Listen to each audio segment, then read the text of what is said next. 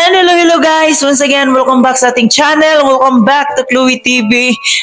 At isang mapagpalang araw po sa inyong lahat sa ang sulok man kayo ng mundo. Maligayang pagbabalik sa ating munting channel. So ngayon guys ay ating bibigyan ng reaction itong late upload na ni Kuya Nel.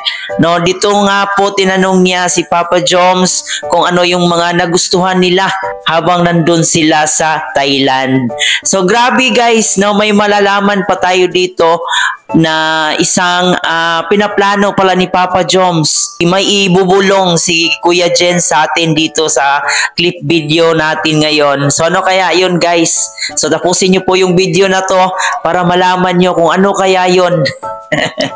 So kung gusto nyo yung ganitong klaseng reaction video guys, lalong-lalo na sa pampakilig, especially sa Jomcarl, ayan, huwag kalimutan ng ating YouTube channel. Huwag kalimutan i-hit ang subscribe button, isama nyo na rin po ang notification bell para every time mag-a-upload po tayo ng panibagong reaction video, updated po kayo. Higit sa lahat, huwag natin kalimutan palaging suportahan ang pinakaama ng Kalingap, si Kuya Val Santos Matubang, si Ate Edna Vlog, si Kalingap Rab, at syempre si Jack Matubang. Suportahan din po natin ang aking mga kasamahang Kalingap reactors, lalong-lalo na po ang Karepa. So ayan, ipagpatuloy po natin ngayon ang ating reaction video. So dito nga sa video clip na ating papanoorin ngayon na kinuha natin sa YouTube channel ni Kuya Nel, kung saan umamin nga po dito si Papa Joms, no?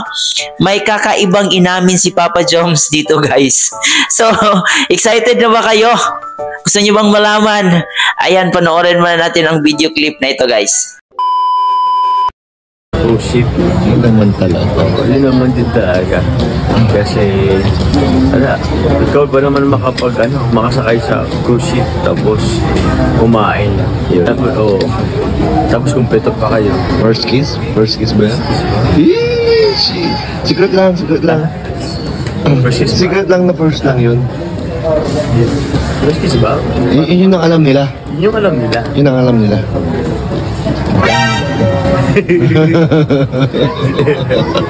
So, yun.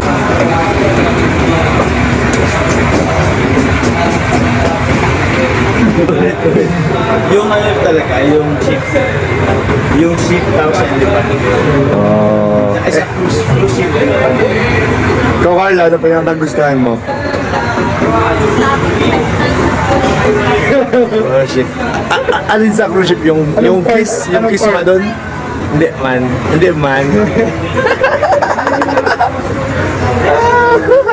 Yung cruise ship daw po kasi may kinis daw po doon.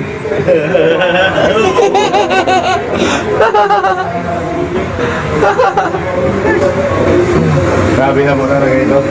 Hindi pa po nagpapaawat sa kiligan ng dalawa. Guys, may trivia daw si Kuya Jens. There's a trivia ako sa inyo. Alam niyo ba lahat ng mall na pinupuntahan namin? Napansin ko kay Papa Joms. Laging tumitingin sa mga jewelry. mga ganyan.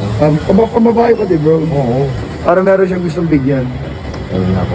Lagi ko rin napapansin. Sabay tingin pati siya bro pag wala si Carla. Pag pumunta tayo sa mga malls, nandun siya sa mga jewelry shop. Natigil ba ka bro? Nawawala nga siya eh. Pero nakikita ko siya minsan na papansin Pag ko wala si Carla. Kasi surprise niya. parang may binabalak na naman po Ay! pag-uwi. Hindi kaya i-level up na agad? Ay hala. Baka yun na hinihintay nila. Baka Parang may pinapahiwatig sa dito na hindi talaga yun ang first kiss. So, ibig sabihin, may naganap ng kiss before pa sa nakita nating first kiss. So, sila lang po yung nakakaalam dyan, no? Kung ano yung nangyari. Huwag na nating laliman pa yung imahinasyon natin. Ang importante, nakita natin yung first kiss sa cruise ship habang sineselebrate nila ang kanilang first anniversary ng Jomcarl. So, sobrang happy natin guys kasi nga po, nitong nakaraang araw ay sunod-sunod na yung pag-live ni Carla.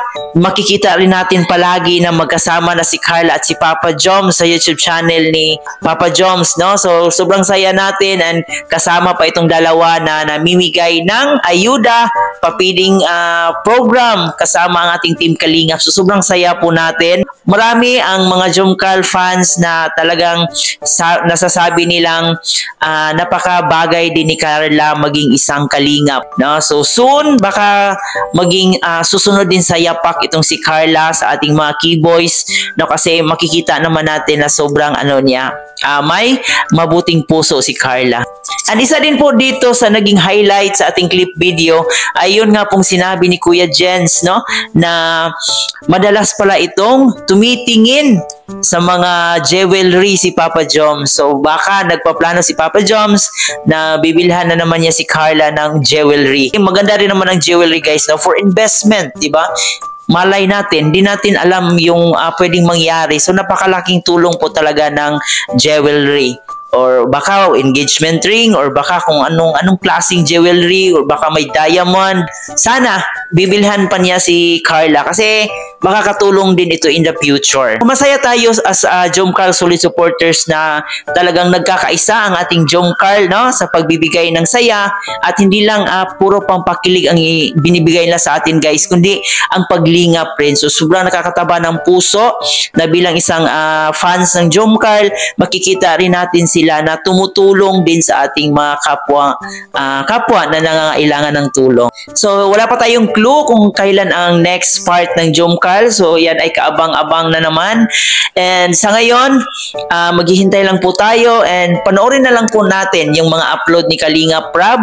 At syempre dito na rin kay Kalingap Jomar, no, na nagsisimula na siya sa kanyang pabahay, and sobrang napakalaking tulong po yung pagmamarato natin sa kanyang YouTube channel. So suportahan natin siya. At dito na rin sa mga upload ni Carla.